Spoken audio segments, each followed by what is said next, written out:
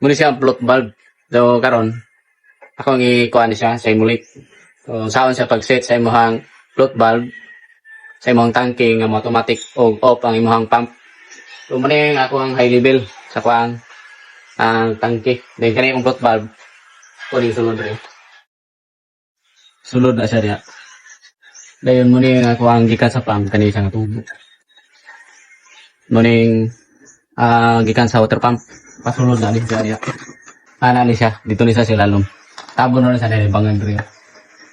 Karon mag-simulate sa kudaan unsay iyang pila yang high level. So mura ni imong wire sa kuno. Float valve so gamay ra kay siya. Kani sa dili ni siya pwede nimo i-direct sa motor. So nay uban ani nga uban gi-direct ni sa motor supply. Pero dapat ani niya diha ni sa motor control or sa relay supply. Kay gimo na gi-direct sa motor pag high current sa motor gamay kay mong wire possible siya nga malanay. So atong buhaton karon atong kwaon ang iyahang unsay iyahang posisyon nga mo-on ug off siya gamiton nato og tester. So ako gigamit kanilang duha blue og itom. Mga naglipan. Dayon ang tester atong i-set sa continuity. Okay. Kung atong paminaw, na madungog mo siguro. So kani siya nga posisyon, bali OL lang atong tester, so wala siya connection, wala continuity. So buto sa buta na open. So og i-set nato ni mo na siya ang maximum level. Maana na siya. Pag mo down na siya, muna siya ay low level, so nga na nga posisyon. Na siya continuity buto sa but connected na imong kuan dire. So close contact so mahitabo ani karon ato ni siya simulate to tubig ang level sa tubig high and low unsaon ang iyang posisyon o i-set na to unsaon na to siya pag kastada kani ato ni siya ilunod diha tungsaw na to na dito kaya ito tabunan no. So muna na siya ang plastar, birahon natin wire.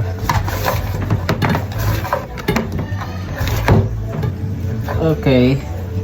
Dayon ang tumuyan ito rin siya. Yeah. Clip na to. Okay. Set na to sa continuity. Okay. So kana sa nga posisyon nagtingog atong kuan tester nasa continuity mo na siya maximum level. Dili siya maximum muna siya dili pa siya kuan. Pag aton i-set dire pag mawala yung tingog muna na iyang maximum. Pero so mutingog ang tester buto sabot close contact. So pwede pa maandar imong motor. So diri ra ta magkuan adjust.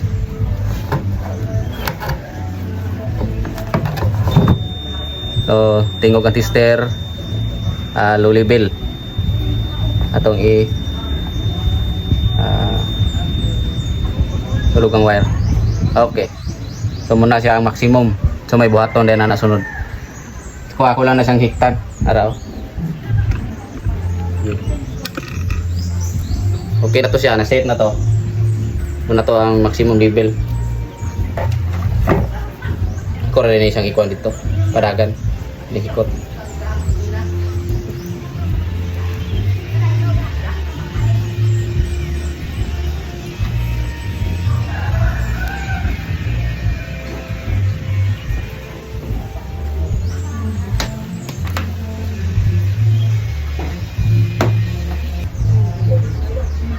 Okay.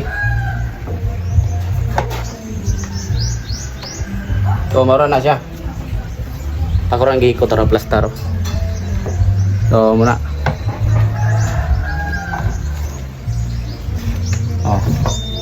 Low level og atong ikuan. Okay, muna siya ang high level. So mura na siya ang pag-set. No, kani siya nga level. Mo man imong tubig. So diri na ako gi maximum level para dili siya moawas. Dayon ang may tabo na po sunod is kani siya nga wire, i-connect nimo dito ni sumpay sa imong motor control sa imong pump. Imo ni siyang i-series dito sa stop. Atong tanaw dito sa ubos. Daw mo na akong tangke, ako lang ni siyang gitabunan para nga close jud kayo, wala yung mga pasulod nga mananap ba. Kaya kani nga wire mo na akong sumpay dito sa motor control na dito sa ubos. Muna ko ang motor control o muna akong pump. Para siya, suyok na siya diha sa tab para dili ta kana tawag na illegal tapping. O kani suyok na sa tab diri siya sa muna ang yang out. Muna yang out. Muna paingon dito sa tangke. Dayon kani siya usasab ni siya sa reversion. Muna ginatawag na ko og self prime o self priming. So tagsar po na ko niya ginagamit ni kailangan tayo put valve diha. So muna yung put valve paingon diri sa iyahang motor input dayon output paingon siya sa tangke. Pero nagtake ko diri muna siya akong gitawag og self prime. Ako siyang gikuan dito sa out gi-connect kay kung mupalya ra nga ako ang put valve kato ako rin siyang i-open para sudlan sa tubig bali makati siya para nga makasuyop siya. Pag makasuyop na i-off din ako ni. Kumuni ang ako ang motor control na start na sa stop pero dili sa mo start dili sa mo start karon kay naka-trigger ang yang muna akong kuan sa una manual mo na ako sa katong lahi pa akong tangke.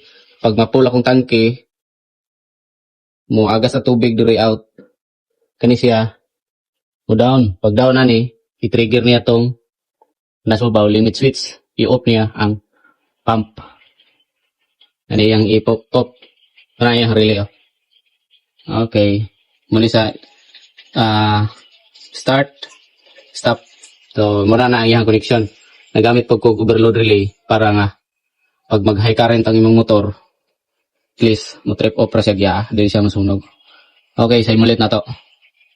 Itong panaro ng motor start, dili siya mandar. Ito sa resita aning. Pero okay, puti siya na sa contactor sa taas. Okay. So start. Dagan ang pump. Karon ni sa imulit na to, saan siya pagpalong ko panlitan high level. So ang katong ato ang kuan dito sa taas, tawag ato float valve. Ako to siyang i-series string wire. Kani siyang wire. So kani muna sa limit switch. Di lang ako explain kayo detalyado specifically. Basta diri ko nagkuha. So kani siya limit switch gyapon ni. Muna siya paingon dito sa taas. So palungon na to siya paagi aning ato ning trigger. Dagdagan ang pump. Pump running ato ipa-trigger ang kani limit switch atong birahon. Oh. So napalong ang imong pump. Bisan pag i-reset mo na siya balik. Bisan pag i-reset mo na balik dili gid mandar imong pump. Kung wala kay start command. So kailangan gid siya i-start nimo para mandar. So karon pangutana ang sound man pag pag connection atong gibutang nga float valve. So may tabuan kani siyang wire kani sa switch mura na akong isumpay dito katong siyang sa close and open contact. So pag mapuno tong tangke palong na din siya. So importante gid kaning relay para dili si kasunog mong motor kay ang mong motor magod pag wala na tubig musig andar pag mo high current na siya sunog yung motor mahal kayo muna nga kailangan tag relay. Pero i-setting po nato na ang relay sa 80% sa iyaang gamit ang power factor nga 80%. So diha taman. Kung pananglitan imong motor 10 amperes maximum i-set na nimo siya og 8 amperes. So mura na sa 80%. Buto iyang tripping contact pag mo abot siya og 8 amperes automatic ipalong ni overload relay. Okay, all done. So natapping na ako kung wire. So maximum level nga po tara sa float valve. Paingon dito. Ito pang reset, atong control kung goods ba. Okay. Kung maximum level ni siya. Dalar kay gilumot ang tangkyo. Pero agad gitag na pasiga ko di ha. Sa reset. Muna siyang RCBO breaker. Kailangan pa ni po sa ang blue button before mo mag-reset. Ba. Okay, dili na kayo.